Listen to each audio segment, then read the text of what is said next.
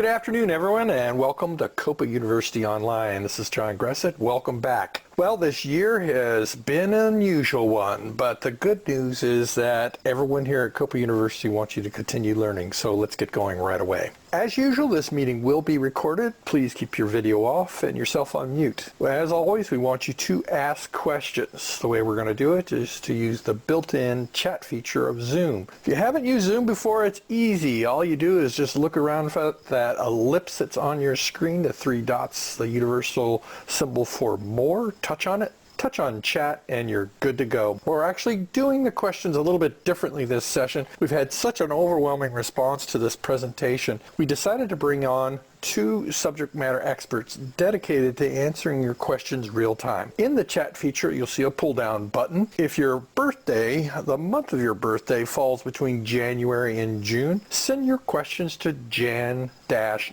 question. Likewise, if your month of your birthday is July through December, send it to July-December questions. Ask questions early and often. We're going to try to hit every single question that's entered. If we get overwhelmed, we'll let you know, but we're hoping that won't be the case because we do have two dedicated people to answering your questions real time, as well as our presenter, Bill Frank. Even though all the CPPP sessions here in the U.S. have been canceled for the rest of the year, all of us are dying to see you at the next in-person CPPP, which we're hoping for in 2021. Without further ado, let me turn it over to Ed Waters, COPA University President. Thanks, John, and welcome everyone to our IFR procedures class from COPA University.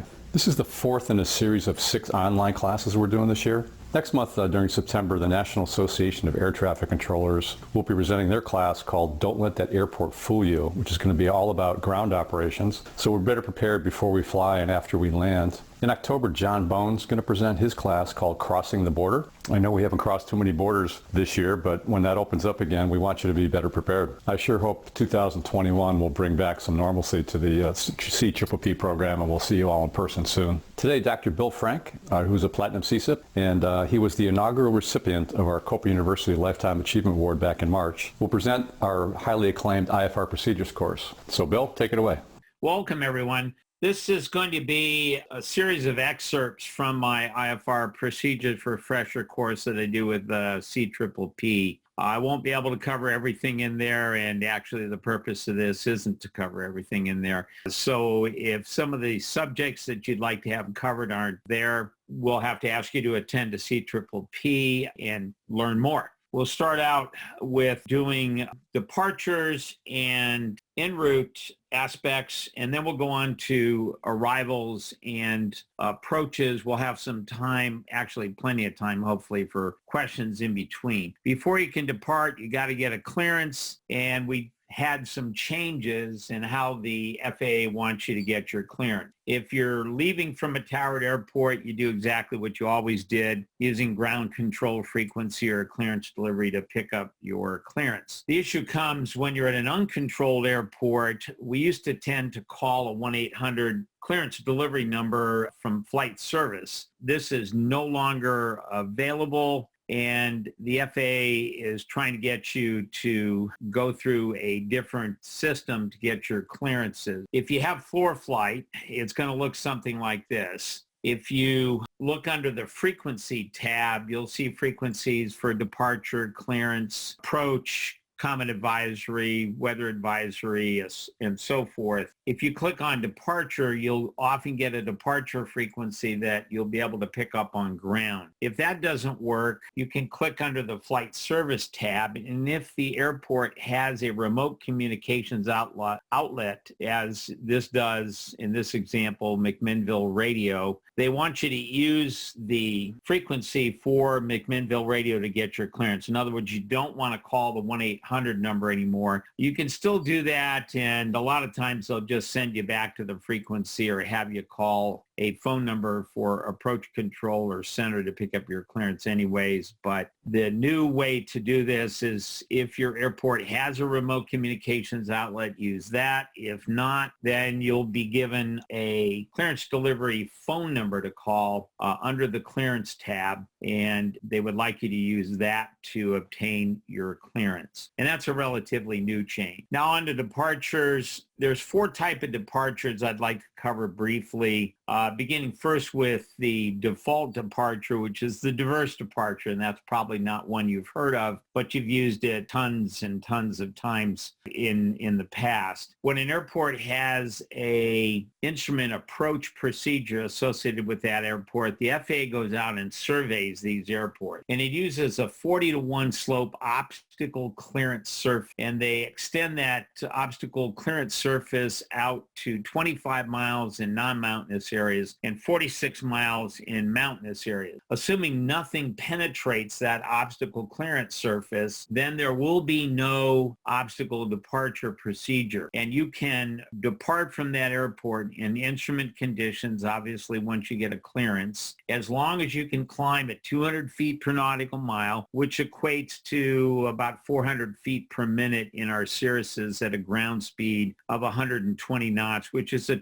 typical climb airspeed that we use for cruise climb, that we depart the end of the runway at least 35 feet in the air and we make no turns below 400 feet AGL. If something does stick up through that obstacle clearance surface, that 40-to-1 slope, anywhere within 25 or 46 nautical miles, then you're going to have an obstacle departure procedure. And that is obviously for obstacle and terrain clearance. Most of these are textual. Select ones are graphical. It's usually not part of an IFR clearance, though in the past couple of years, I've had several obstacle departure procedures assigned as part of an IFR clearance. Most of them are in the nav database, especially the newer avionics systems, but don't count on all of them to be in the nav database. These things can get fairly complicated, as in this example at Phelps Field, departing off runways 4 left and right. And it's not something that you want to be reading as you're rolling down the runway. This is something you need to study and plan for before you even get out to the airplane. So they can get fairly complex. Graphical ODPs will have the word obstacle in parentheses next to their title to differentiate those from SID. One point I might make at this is the holding pattern associated with that VOR may or may not be in the nav database for that departure procedure. A good example is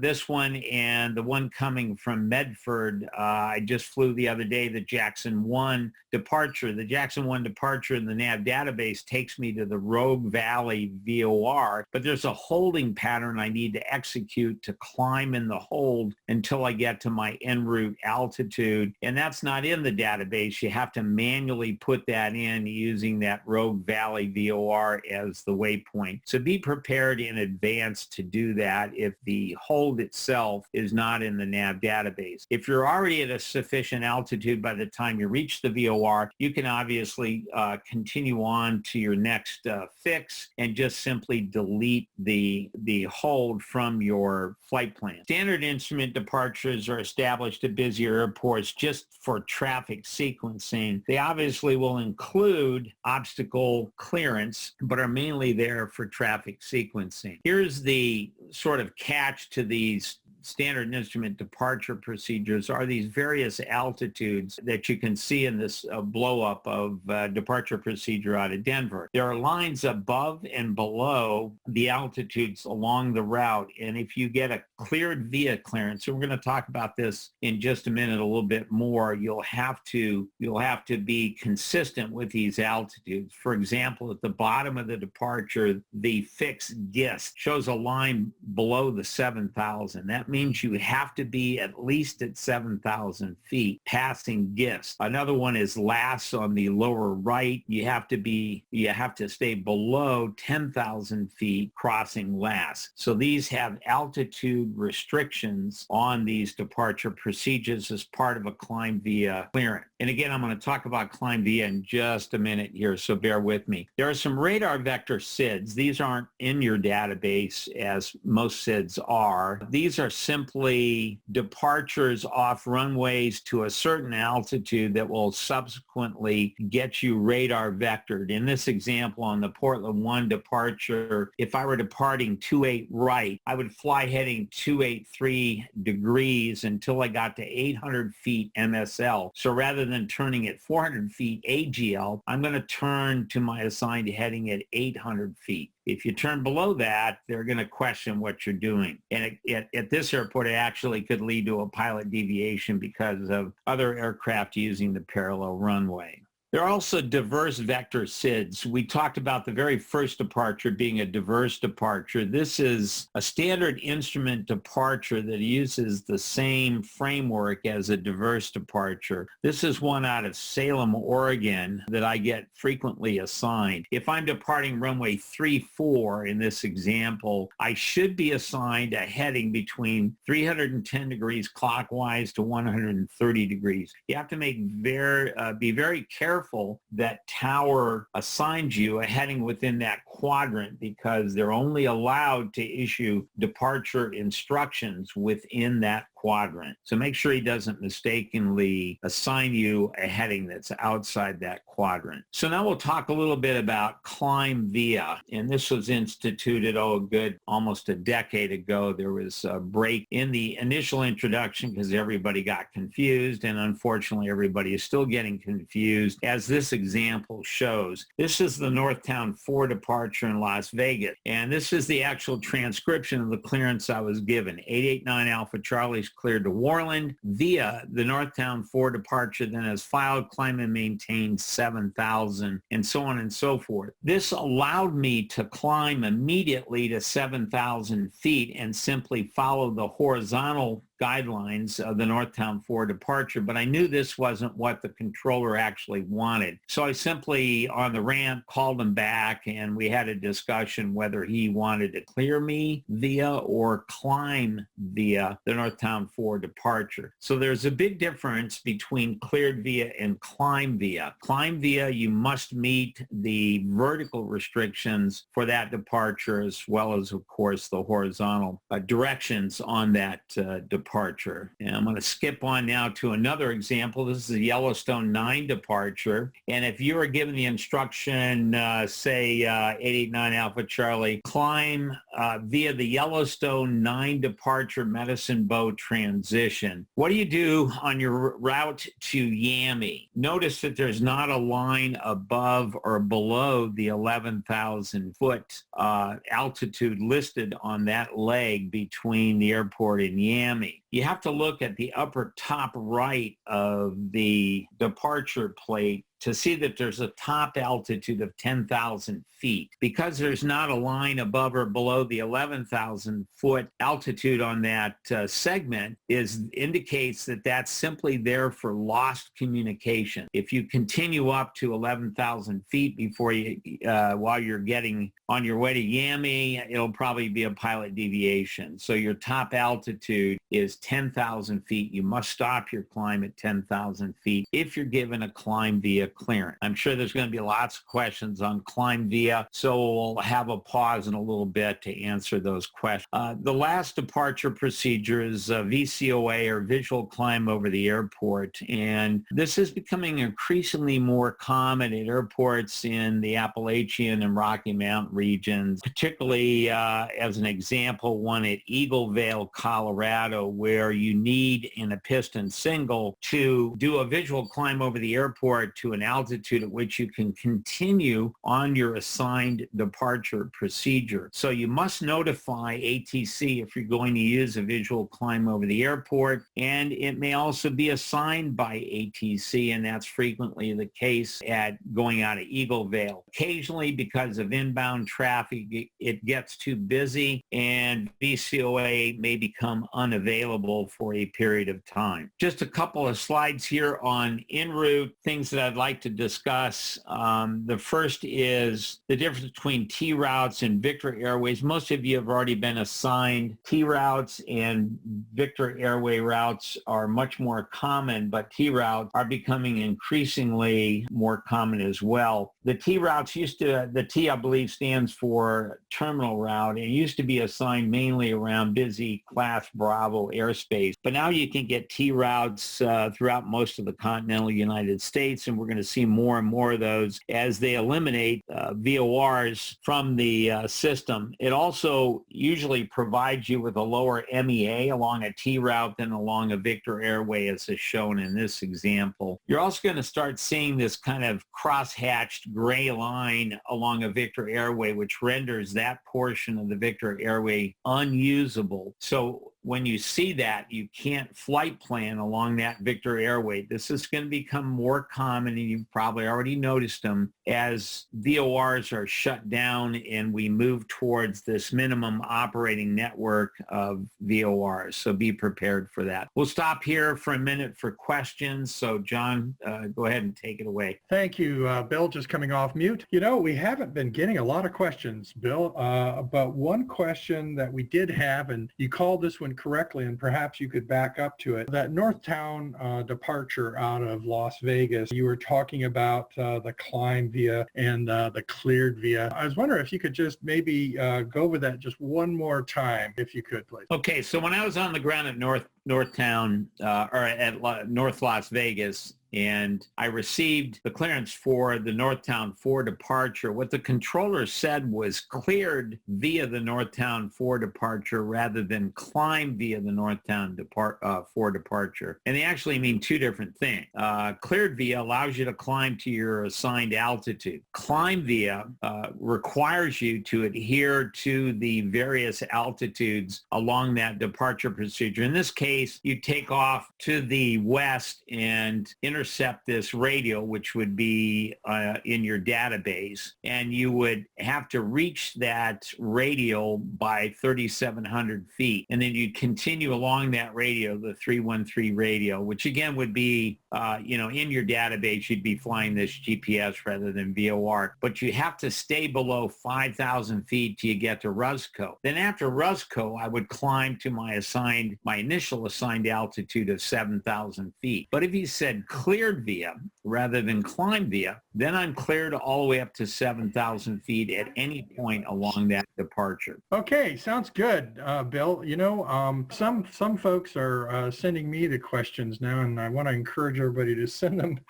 to the birthday of their choosing. But one question that did come to me was, so the charts supersede ATC? I think you've kind of gone through that, Bill, but I think we can certainly say no, the ATC supersedes the chart when they say so. Well, yes and no, John. IFR flying is all about nuances and semantics. And this is where, when they first introduced the climb via and descend via phraseology, that there was mass confusion. And unfortunately, there's still a lot of confusion left, as we can tell by the question. So semantics become critical in IFR flying. And we're going to discuss that a little bit when we get into approaches, especially when it involves procedure terms and how semantics play a big part of that. But in this case, for departures, understanding the verbiage is critical. There's a big difference between cleared via and climb via. Now, you can also be, and to make it more complicated, you can be cleared to climb via on a departure except maintain a certain altitude. Once you get to that altitude, all other altitudes become moot, and you just continue along that departure at that assigned altitude. But the air traffic controller has to specifically state climb via except maintain 5,000 or 4,000 or whatever altitude he wants you to be assigned. Yeah, very good, Bill. I think that answers that one very well. Maybe one last question before I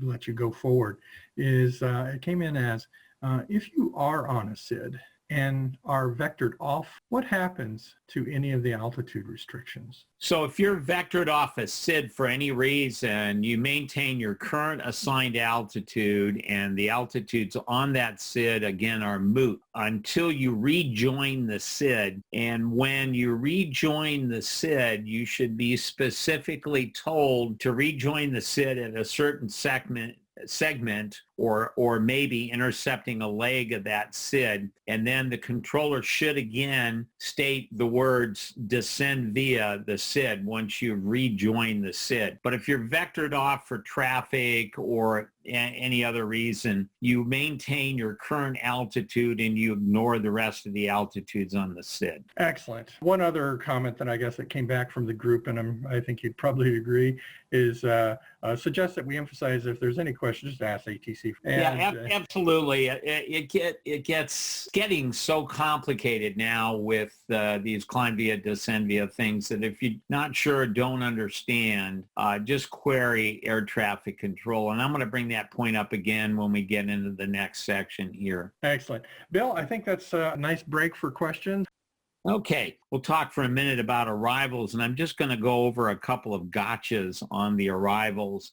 Starting out with just an example of a standard terminal arrival or star. This is to kind of get everybody lined up to flow into a busy airport. You're probably not going to be going to that busy airport. You're probably going to be going to an airport near that busy airport, such as this example is going into SeaTac. You're probably not going to fly into SeaTac, but you might be flying into Boeing Field or Renton. These stars begin, and this is an important point, begin at an intersection for which they're named. This is the Chin's arrival, and it begins at Chin. If you're given a descend via clearance, that descend via only starts at Chin. The rest of the what look like initial fixes here are just transitions to get you to SIN and usually don't apply for a descend via clearance. And the second point I want to make is paying attention to the actual verbiage you get from air traffic control when you're assigned an arrival. Now, we're not, as Pistons, we're not going to get arrivals as often as we get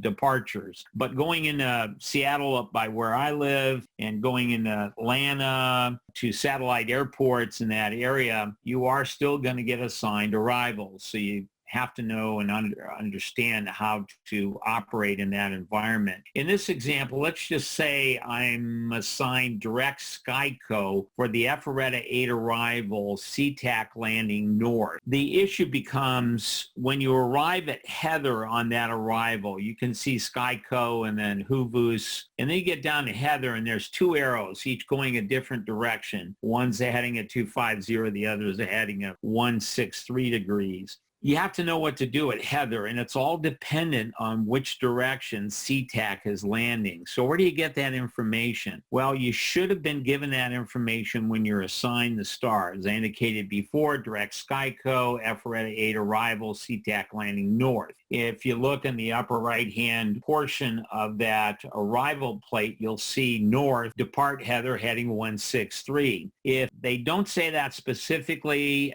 it should be in the ATIS. Say we're going into Boeing Field. The ATIS for Boeing Field should state that SeaTac's landing north or SeaTac's landing south. But really, when you're assigned the arrival, you should have that information included. And if not, once again, query air traffic control. We'll start with the section on approaches now, which would be the longest section. Before we do an approach, we want to do an approach brief, and I'm going to have an article in COPA magazine coming out, probably the first part of next year, discussing in more detail how to do an approach briefing, but we'll go over some of the basics right now. And I get this process started probably about 50 nautical miles out from the airport, sometimes earlier if I can receive ATIS or AWAS, or at least get a METAR for the airport. And the first thing I want to look at is the winds, because the winds will determine what runway they're using at that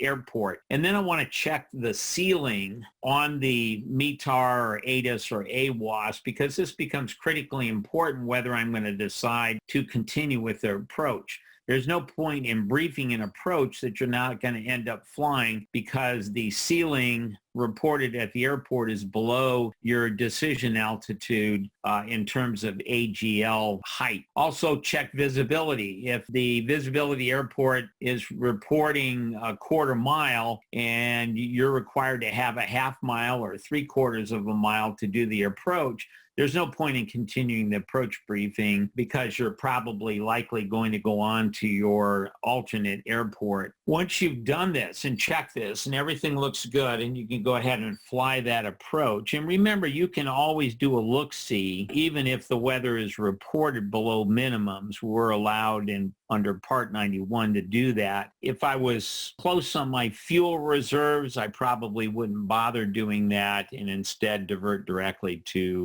my alternate. Select and load the approach before you begin the approach briefing. Don't just bring it up on your iPad. Select and actually load the approach. Then prepare the frequencies and then and only then brief the approach. Also complete your descent before landing flows on the checklist. To brief the approach, you do 4 things as a basic briefing on the approach. You want to do a lot more looking at the plan view and the profile view and so forth. But if you're rushed, you at least want to get these 4 things briefed for the approach. JEP does this very nicely. It has a briefing strip. It's even titled a briefing strip if you look on the left side. And it covers communication, navigation, missed approach, and note. Don't fail to read the note, as they'll sometimes say this procedure is not authorized at night, or it'll list requirements for navigational equipment that you need to have for at least a portion of the approach and so forth. So don't neglect the notes. A lot of times it's just superfluous stuff, but do read through the note. The government does it the same thing. I mean, communications, navigation, missed approach, and notes, they just scramble the order in which they list things. But make sure you get those 4 things covered when you're briefing an approach. I want to talk a little bit about the difference between minimum safe altitudes and terminal arrival areas. Minimum safe altitudes are really used for emergency purposes only, giving you terrain and obstacle clearance if you get way off on an approach. So if you're given a clearance that you're cleared direct CROD, maintain 4,000 until established, cleared for the RNAV 9 approach, then you must maintain 4,000 feet until after CROD, until you're established on a segment of the approach, in this case, going from CROD to Taki. That's the earliest that you can descend. Now let's look at this approach. It's also an approach into Moline. It's the RNAV 13 approach into Quad Cities Moline. And here I'm blowing it up. This is a terminal arrival area. It looks like an MSA, but it is different. And it applies to aircraft equipped with GPS WAAS. And if you're given a clearance like this, cleared direct nail, maintain 4,000 until established, cleared for the RNAV 13 approach at Moline, you actually can begin your descent 30 miles out from nail, even though you were told to maintain 4,000 until established, because you are considered established on a segment of the approach when you're within those quadrants. These are not MSAs. They can be used as MSAs, but these are different. These are terminal arrival areas. And if you are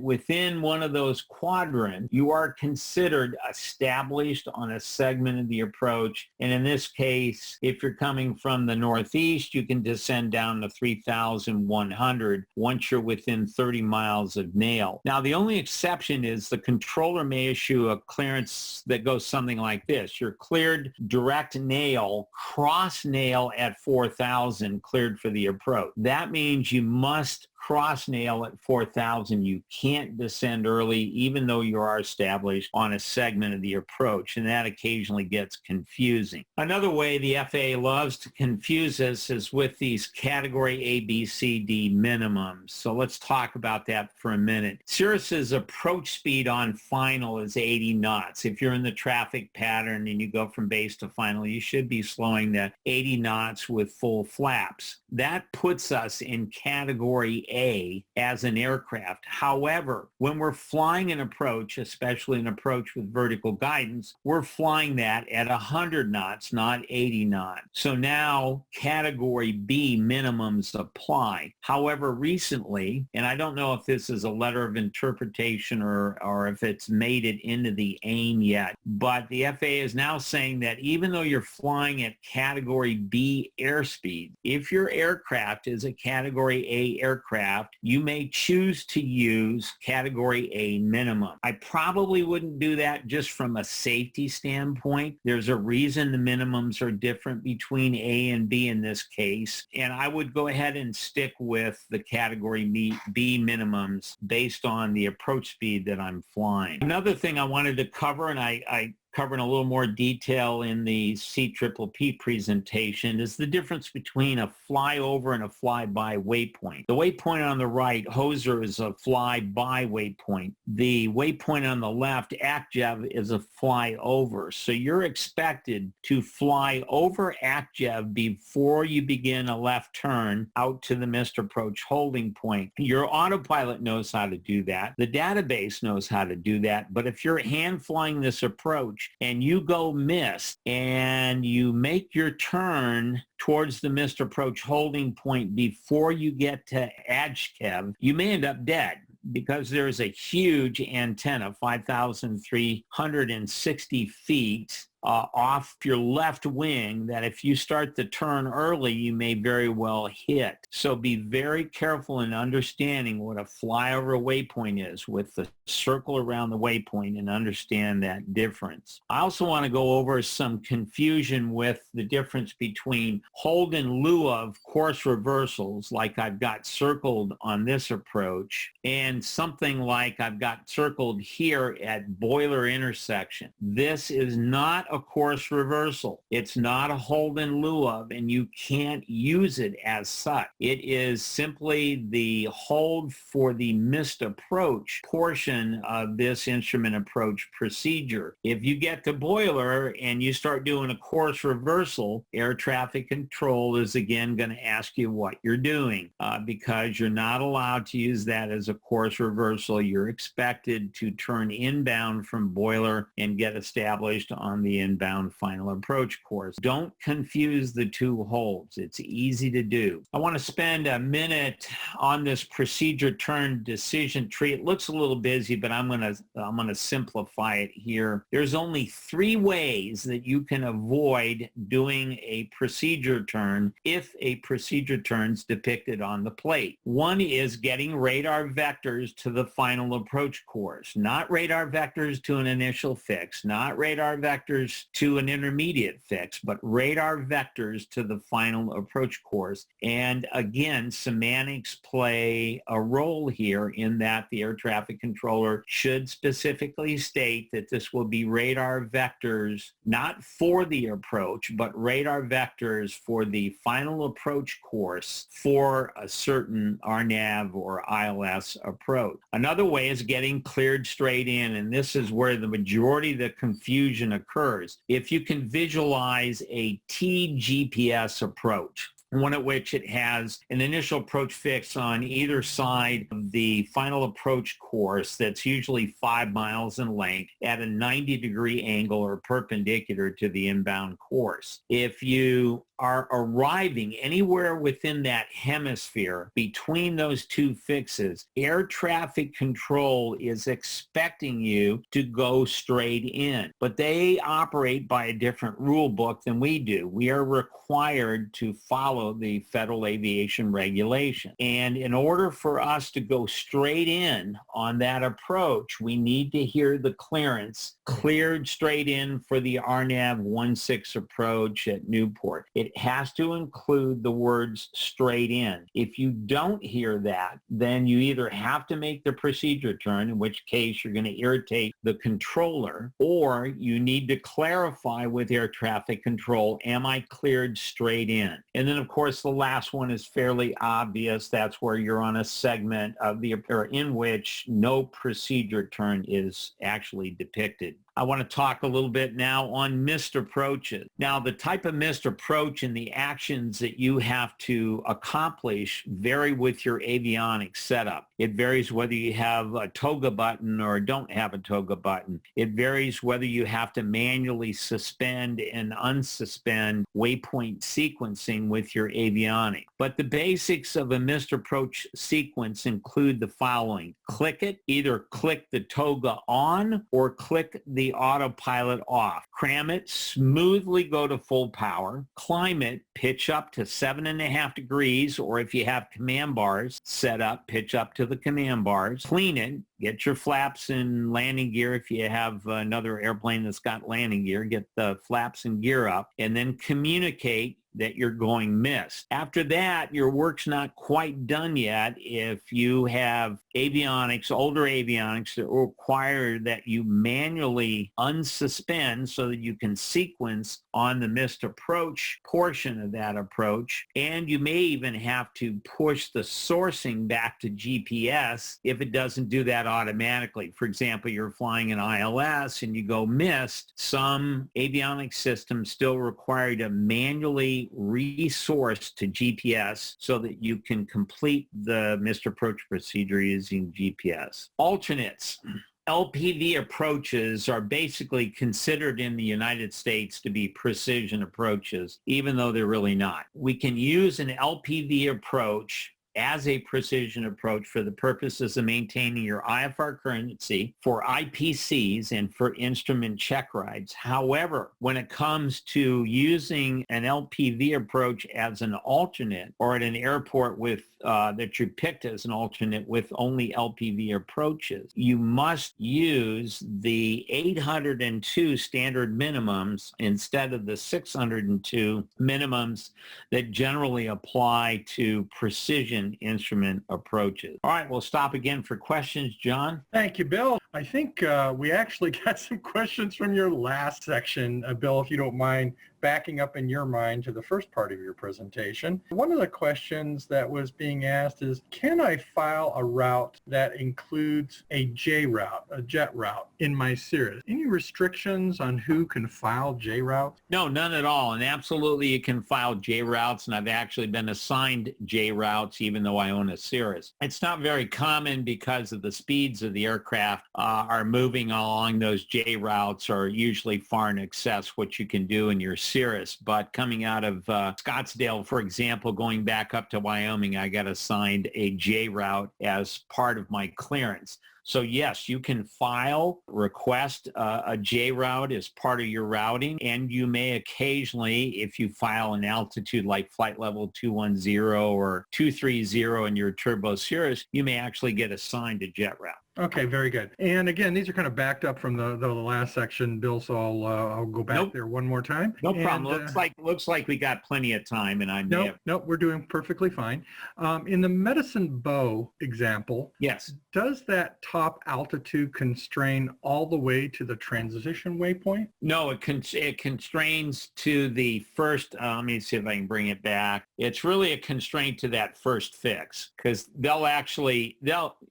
most of my experience has been that they'll actually assign me a lower altitude of like 7,000 feet until I cross Yami, and then all of a sudden they'll climb me to 16,000 feet. But the idea here is you're limited to 10,000 feet until you're told otherwise by air traffic control. Okay, very good. One other question is a little bit of confusion on that decision tree for the procedure turn. Okay. So maybe just in words, can you kind of explain the basics of that? And then we... Yeah, if you consider a procedure turn as going to jail, your only get out of jail cards are being vectored to the final approach course, cleared straight in, or you enter the approach on a segment that specifically states no procedure turn. And so the confusion comes whether you're being vectored or not to the final approach course in that first example. And I've had that happen where a student has been vectored to an intermediate fix on the approach, but the controller did not say this will be vectors for the final approach course. And that's the semantics that you really need to here to avoid the procedure turn if that intermediate fix is where the procedure turn begins. So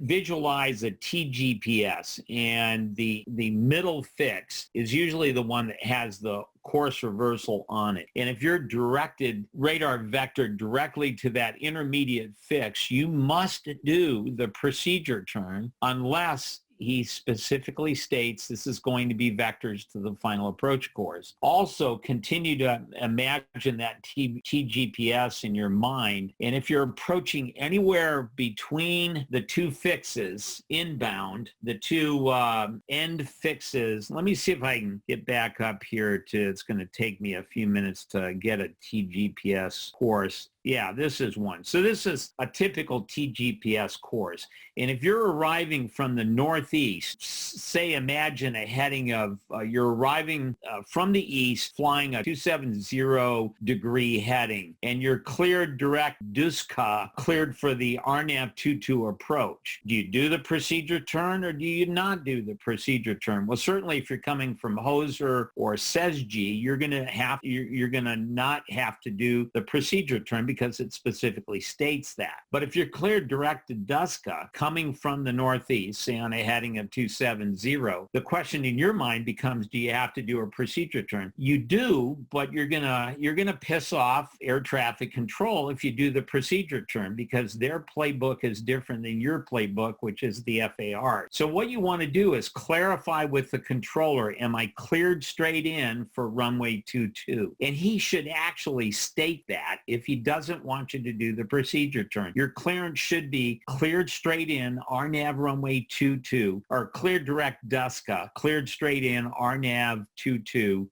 approach. And you got to hear those words straight in to avoid doing the procedure turn. That makes sense? Yeah, I think that sounds great. And I think Ed was even re-emphasizing that a little bit to say, talk about procedure turns that are at the FAF and part of the procedure. And that's kind of how you described that last one. One other quick one, Bill, just so the time doesn't get away from it, if you please, is can you use the missed approach hold if you have to hold prior to the approach if assigned by ATC? Yes. So I think the nature of the question is if I say, we'll use the same example. You're arriving from the east, heading 270, cleared direct DUSCA and cleared for the approach. And he clears you straight in, but you're too high. Say you're still at 11,000 feet and previous controller left you up and it was a slam dunk approach. In that situation, I would reiterate that I was cleared straight in or cleared direct DUSCA, cleared straight in for the RNAV 22 approach, but request a turn in the hold to lose altitude. And you have to request that. Otherwise, you're not authorized to make a turn in that hold. I would encourage folks to send questions to your designated question takers. While those questions are getting collected, Bill, what are some of the main trouble points that you see when you're flying with people relative to IFR refresh items? Well, I think standardizing the way you fly approaches, to me, is a really big thing. Cirrus outlines that in the IFOM, either for Avidyne or for Garmin-equipped aircraft, and staying standardized, knowing what speed you need to be at and where you need to be at that particular speed. For example, I'll keep this up and I would, let's say we're coming from the east again, going direct Hoser this time. At 5 miles from Hoser, if you're a G1, G2, you're going to pull your power setting back to about 18 inches or so to get 120 knots. You need to know what that is for your specific airplane. Say 120 knots, because that's where you're supposed to be on the initial segments of the approach. In a G5, G6, it's going to be between 50 and 55% power to get you to that 120. But if you do it 5 miles, if you make that trigger point 5 miles from the initial approach fix, I can almost give you a guarantee that you will have slowed down by that point to the 120 knots for that segment of the procedure. And then as you approach glide slope intercept if you have vertical guidance, and most of us have WAS now, so almost all approaches have vertical guidance. If you pull your power back in a G1, G2, it's going to be about 12 inches. In a G5, G6, it's going to be about 20 to 25%.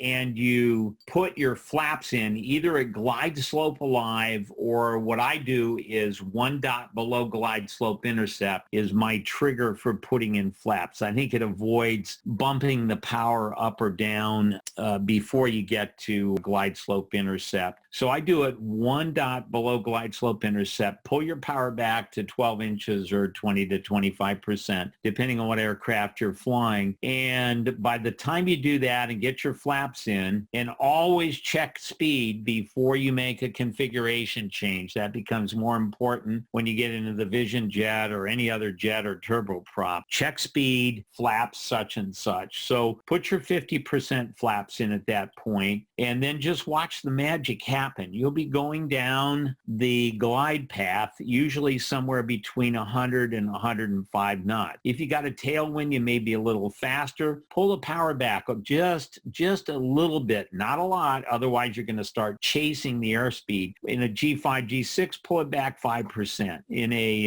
G1, G2, or G3, pull it back a half an inch at first, and just wait for things to happen. Take a breath. I swear I'm going to write a book called Zen and the Art of Instrument Flying, because my clients try to do things too quickly, and then they end up pushing heading instead of nav, or nav instead of heading, or whatever.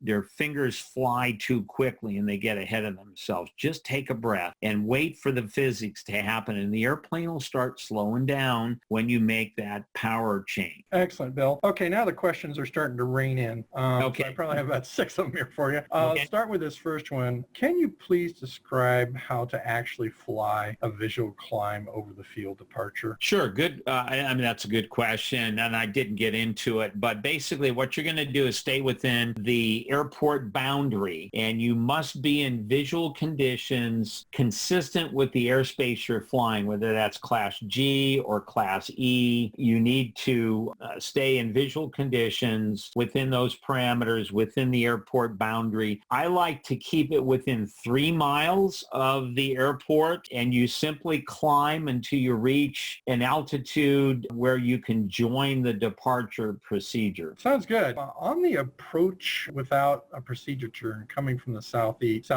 it requires a turn of more than 90 degrees. Don't you need to do a course reversal in that case? It was the approach right before the decision tree. Yeah, I know exactly what that approach is, and let me see if I can find it, because I think it should be named the Bill Frank Memorial Approach. I discuss it a little bit more in the CPPP, but you're exactly right. That approach did not meet TERP's criteria. So I'm flying inbound on this approach from Lanky. I'm cleared Lanky, cleared for the approach. I'm in my Aerostar, which is what I owned at that time, and it's the first. I was bringing it from where I lived in Wisconsin to this place in Oregon, Newport, and so I'm doing 150 knots crossing Lanky in the Aerostar, and all of a sudden I look at Boiler and I go, what the heck do I do at Boiler? And I said, well, there's a course reversal. And then I looked again and said, no, that's not a course reversal. So I made the mistake you never do when you're the new kid on the block. And I called the FSDO and I said, hey, this approach isn't right. It's wrong. And the guy said, nah, you got 9.5 miles to get established on the inbound course and this, that, and the other. I said, but it doesn't meet TERP's criteria. So we tried going back and forth for a good 45 minutes and agreed to disagree. And then a year later, if you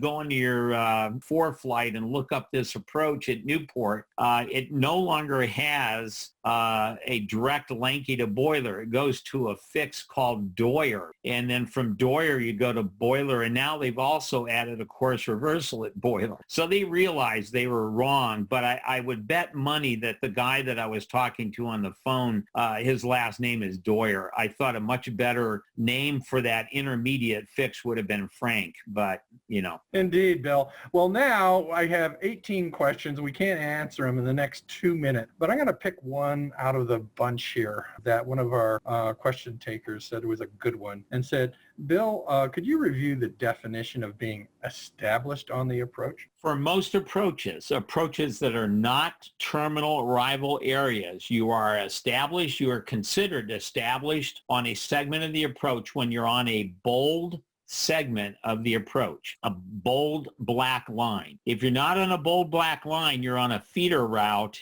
and that's different than being established on a segment of the approach. So you can't descend on a feeder route. You must get to that first fix from which there is a bold line. And I go into that in considerable detail. You're perfectly on time, Bill. Thank you very much. It's 1 minute before the top of the hour. I'm so sorry for all the 18 other questions that we weren't able to get to, but we do want to respect everyone's time. So, Bill, we've been getting lots of kudos for all your wonderful presentation.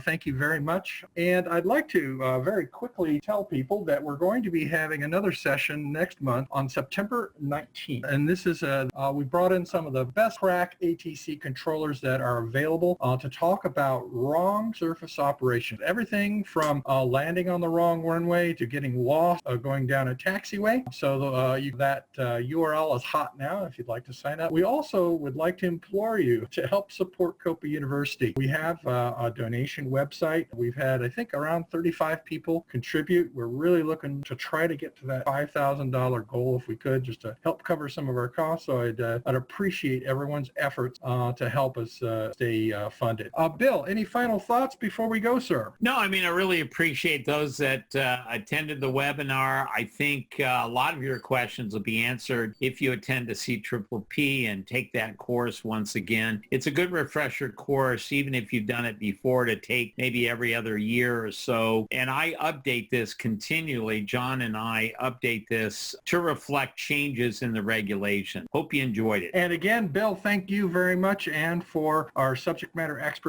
taking all those questions, it's much appreciated. Lots of kudos for you, Bill. Thanks for coming, everyone. We'll see you next time.